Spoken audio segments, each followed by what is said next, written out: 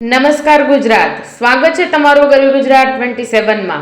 મિત્રો, આજના તાજા સમાચારની વાત કરીએ તો ખેડૂતોની આવક વધારવા નવી યોજના જે શરૂ કરી છે જેની વિશે વાત કરીએ તો સરકાર ખેડૂતોની આવક વધારવા માટે ખાસ પહેલ પર કામ કરી રહી છે। સરકાર એવા મોડલ્સ પર કામ કરી રહી છે જેનાથી ખેડૂતો તેમનો પાક સીધો જ ગ્રે સડકોને વેચી શકે, જેનાથી વચેટિયાઓની ભૂમિકા ઓછી થઈ શકે અને કૃષિ મંત્રી શિવરાજસિંહ ચૌહાણે આ જાણકારી આપી છે। પીટીઆઈના સમાચાર અનુસાર તેમણે ગયા રવિવારે પૂસામાં લગભગ 400 ખેડૂતો સાથે વાત કરતા આ વાત કહી હતી। કેન્દ્રીય મંત્રીએ એક સત્તાવાર નિવેદનમાં કહ્યું કે ફાર્મ ટુ કન્ઝ્યુમર મોડેલ ખેડૂતોને મહત્તમ નફો મેળવવામાં મદદ કરશે। એટલે કે મિત્રો, આપણી સરકાર એવી પહેલ કરવા જઈ રહી છે કે ખેડૂતો પોતે જ ઓનલાઈન તેમની જે કાંઈ પ્રોડક્ટ છે, એટલે કે તેમનો જે પાકો છે એને ખરીદી પણ શકે અને તેમને વેચી પણ શકે।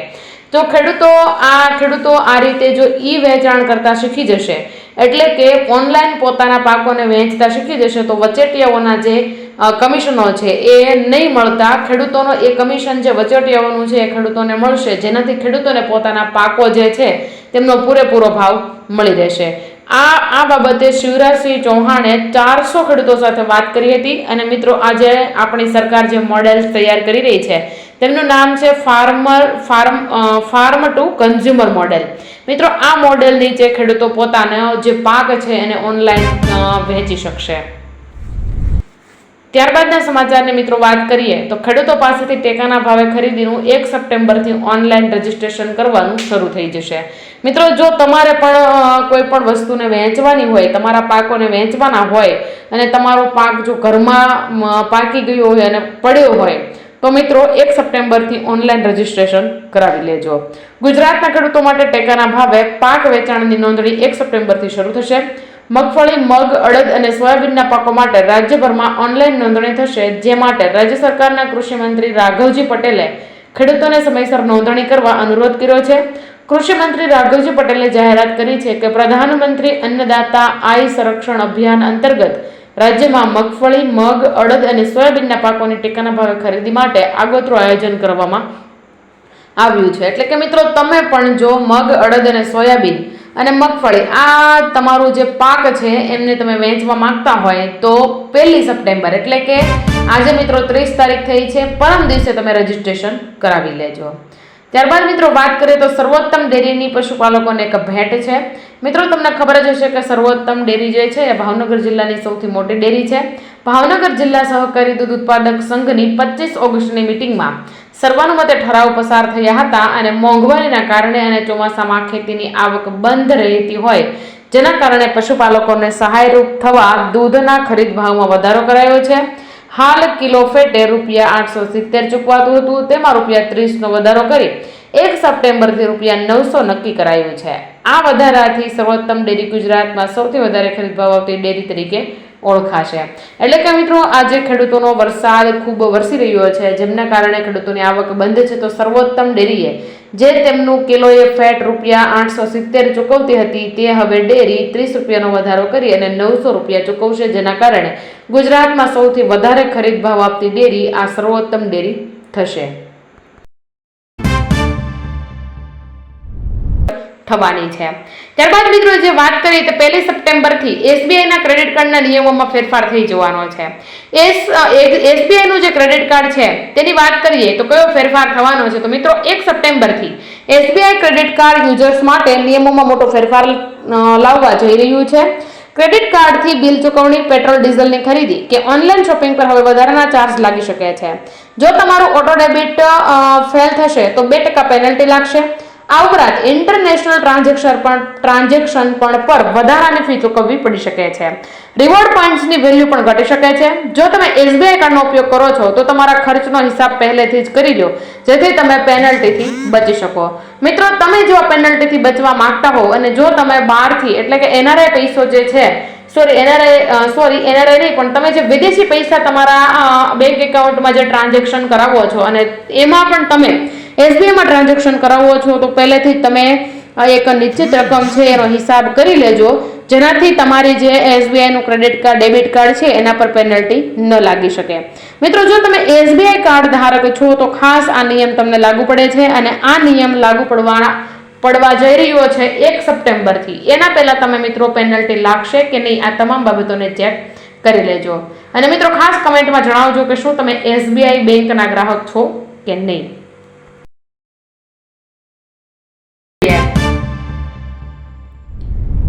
ત્યારબાદના સમાચારની મિત્રો વાત કરીએ તો SBI ગેરંટી વિના આપશે આટલા લાખની લોન. મિત્રો SBI ની આ નવી યોજના ખાસ કરીને અગ્નિવીરો માટે બનાવવામાં આવી છે. મિત્રો તમને ખબર જ હશે કે ધોરણ 10 પછી જે વ્યક્તિઓ કહેવાય ને આર્મીમાં જવા માંગતા હોય તેમને અગ્નિવીરની એક પદવી આપવામાં આવી હતી, એટલે કે એક પોસ્ટ આપવામાં આવે છે. તો આ લોકો માટે SBI એક ખાસ યોજના બનાવી છે અને આ યોજના હેઠળ અગ્નિવીર જવાનોને 4 લાખ રૂપિયા સુધીની લોન મળી શકશે, જેના માટે તેમને કોઈ પણ પ્રકારની ગેરંટી આપવી પડશે નહીં. આ લોન લેવા માટે કોઈ પણ પ્રોસેસિંગ ફી પણ ચૂકવવી નહીં પડે. આ સુવિધા ફક્ત તે જ અગ્નિવીરો માટે છે જેમનું પગાર ખાતું SBI માં છે. બેંક પાસે પહેલેથી જ તેના પગાર અને સેવાની માહિતી હોવાથી લોન પ્રક્રિયા ઝડપી અને સરળ બનશે. જો મિત્રો તમે પણ અગ્નિવીરમાં તમારી ફરજ નિભાવીને આવી ચૂક્યા છો અને તમારે હવે ખાસ પૈસાની જરૂર છે તો તમને 4 લાખ રૂપિયા સુધીની લોન વગર કોઈ પ્રોસેસિંગ કે વગર કોઈ ડોક્યુમેન્ટ અપલોડ કરે તમને મળી જશે. પરંતુ હા એક શરત છે કે તમારું ખાતું SBI માં હોવું જોઈએ, એટલે કે સ્ટેટ બેંક ઓફ ઇન્ડિયામાં તમારું ખાતું હોવું જોઈએ અને એ ખાતામાં તમારા અગ્નિવીરનો પગાર પણ પડતો હોવો જોઈએ. તો જ તમને મિત્રો આ જે SBI ગેરંટી વિના જે લોન આપવાની જે યોજના એટલે કે અગ્નિવીરો માટે જે આ યોજના બનાવવામાં આવી છે એ યોજનાનો લાભ તમે લઈ શકશો. મિત્રો આ વિશે તમારે વધારે અપડેટ એટલે કે વધારે માહિતી જોતી હોય તો ખાસ અમને કમેન્ટ બોક્સમાં જણાવી દેજો. એના માટે અમે અલગથી એક વિડીયો તમારા માટે લઈને આવી જશું. મિત્રો વાત હવે એ કરવાની છે કે SBI ગેરંટી વિના કઈ રીતે, કેમ કે જે લોકો અગ્નિવીરમાં એમની પોસ્ટ ઉપર જે કામ કરતા હતા ત્યાં તો એક પણ ડોક્યુમેન્ટ બોગસ ચાલતા નથી. એટલા માટે SBI ને પણ એટલો વિશ્વાસ છે કે આ વ્યક્તિ અગ્નિવીરમાં ફરજ બજાવીને આવ્યો છે તો ક્યારેય એ ખોટું નહીં કરે અને એમની જે કહેવાય કે ક્રેડિટ તમે જે સામાન્ય લોન મિત્રો લ્યો છો તમારી ક્રેડિટ ઉપર આપવામાં આવતી હોય છે. ત્યારબાદના સમાચારની મિત્રો વાત કરીએ તો શું ગુજરાતમાં ફરી એકવાર થશે આંદોલન. મિત્રો બનાસકાંઠા જિલ્લામાં પાલનપુર નજીક ખોમણા ટોલ પ્લાઝા પર આસપાસના સ્થાનિકો અને ખેડૂતોને ટેક્સમાંથી મુક્તિ આપવાની માંગ સાથે ખેડૂતો આંદોલનના માર્ગે વળતા આજે હજારોની સંખ્યામાં ખેડૂતો, વેપારીઓ અને સ્થાનિકોએ પાલનપુરના હેબતપુરથી ડાયમાં વિવિધ બેનરો લઈને ડીઝલ સાથે 2 કિલોમીટર લાંબી પગપાળા મડા રેલી યોજી ખેમાણા ટોલ ટેક્સ પહોંચીને ત્યાં ધારણા પ્રદર્શન યોજીને ટોલ ટેક્સના 20 કિલોમીટરના અંતરમાં આવતા તમામ ગામોના લોકોને ટોલ ટેક્સમાંથી મુક્તિ આપવાની ઉગ્ર રજૂઆત કરી હતી અને કોઈએ ટોલ ટેક્સ નહીં આપવો તેવી જાહેરાત કરીને ટોલ ટેક્સના અધિકારીઓને 15 દિવસનું અલ્ટિમેટમ આપીને ચીમકી ઉચ્ચારી હતી કે જો તેમની માંગ નહીં સ્વીકારવામાં આવે તો ખેડૂતો મોટી સંખ્યામાં પોતાના પશુઓ, ખેતીના સાધનો અને ટ્રેક્ટરો લઈને ટોલ ટેક્સ ઉપર પહોંચીને રસ્તો બંધ કરીને ઉગ્ર આંદોલન કરશે.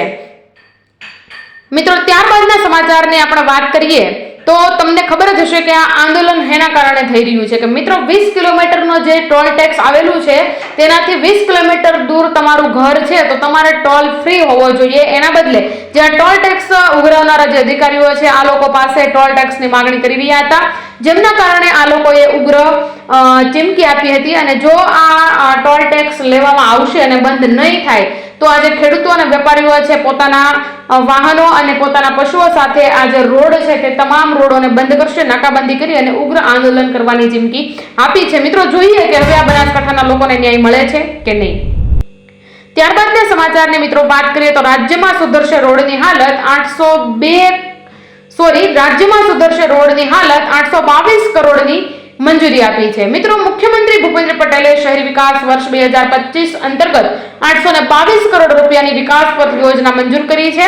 રાજ્યના શહેરોને જોડતા 91 માર્ગો કુલ 233 કિમી લંબાઈમાં અદ્યતન બનાવાશે.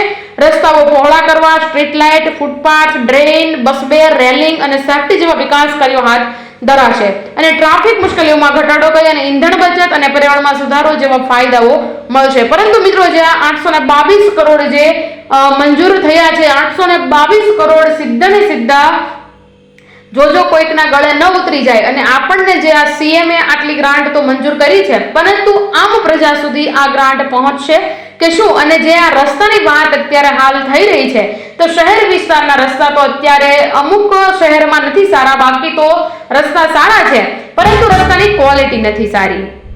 કે આજની જે સૌથી મોટી બેઠક થઈ હતી તેમાં શું નિર્ણય લેવામાં આવ્યો છે? રાજ્યના બિસ્માર રસ્તા મુદ્દે સીએમએ આજે ગાંધીનગરમાં હાઈ લેવલની મીટિંગ યોજી હતી. જેમાં તેમણે ટકોર કરીને કહ્યું હતું કે પૈસાની કોઈ કમી નથી, પણ કામો ટકાઉ થવા જોઈએ. લોકોને કામો થતા દેખાય તેવી કામગીરી કરવા અધિકારીઓને સૂચના આપી. મુખ્યમંત્રી ભૂપેન્દ્ર પટેલે રાજ્યમાં ચોમાસા દરમિયાન ભારે વરસાદથી હાઈવે અને ગ્રામીણ તથા શહેરી માર્ગોને જ્યાં નુકસાન થયેલું છે ત્યાં યુદ્ધના ધોરણે રિપેર કરીને રસ્તાઓ પૂર્વવત બનાવવા તાકીદ કરી છે. રાજ્યના બિસ્માર રસ્તા મુદ્દે સીએમએ આજે ગાંધીનગરમાં હાઈ લેવલ બેઠક યોજી હતી, જેમાં તેમણે ટકોર કરીને કહ્યું કે પૈસાની કમી નથી, પણ કામો ટકાઉ થવા જોઈએ. અને મિત્રો, જે તમે કામો કરો છો તે કામો. ત્યારબાદના સમાચારની મિત્રો વાત કરીએ તો 2000નો હપ્તો હવે આ આઈડી વગર તમને નહીં મળે. મિત્રો, સરકારે સ્પષ્ટ કર્યું છે કે હવેથી એક ચોક્કસ આઈડી વગર ખેડૂતોના ખાતામાં પૈસા મોકલવામાં આવશે નહીં. મિત્રો, પીએમ કિસાન યોજનાનો લાભ મેળવવા માટે હવે કિસાન આઈડી હોવું ફરજિયાત છે. આ નવો નિયમ હાલમાં દેશના 14 રાજ્યોમાં લાગુ કરવામાં આવ્યો છે. સરકારે આ નિયમ વચેટિયાઓથી ખેડૂતોને બચાવવા અને નકલી ખેડૂતોને ઓળખાવવા માટે અમલમાં મૂકવામાં આવ્યો છે. કેન્દ્ર સરકાર રાજ્ય સરકારો સાથે મળીને ખેડૂતો માટે એક ડિજિટલ ડેટાબેઝ તૈયાર કરી રહી છે, જેમાં જમીન, પાક અને અન્ય માહિતી ડિજિટલાઇઝ રીતે ઉમેરવામાં આવશે. આ પ્રક્રિયા માટે કિસાન આઈડી અત્યંત જરૂરી છે. એટલે ફાર્મર રજિસ્ટ્રી જે તમને કરાવવાનું કીધું હતું એ ફાર્મર રજિસ્ટ્રી મિત્રો જો તમે ન કરાવી હોય તો કરાવી લેજો.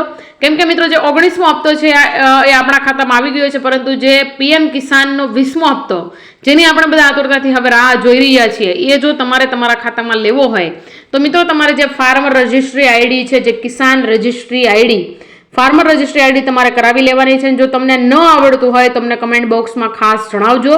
અમે તમારા માટે ફાર્મર રજિસ્ટ્રી કઈ રીતે આઈડી બનાવવી એ વિશે એક અલગ વિડીયો મૂકી દઈશું, જેમાંથી તમે જોઈ અને તમારા ફોનમાંથી જ તમે આ ફાર્મર રજિસ્ટ્રી આઈડી બનાવી શકશો.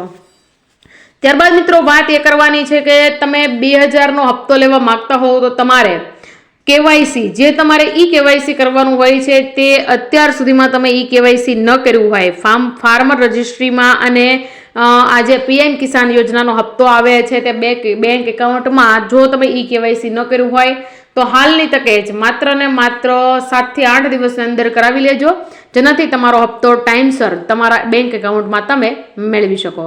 મિત્રો, આજે બસ આટલું જ. ફરી મળીશું દેશ દુનિયાના આવા તાજા અને સચોટ સમાચારો સાથે. ત્યાં સુધી મને રજા આપો. જય હિન્દ, જય ભારત.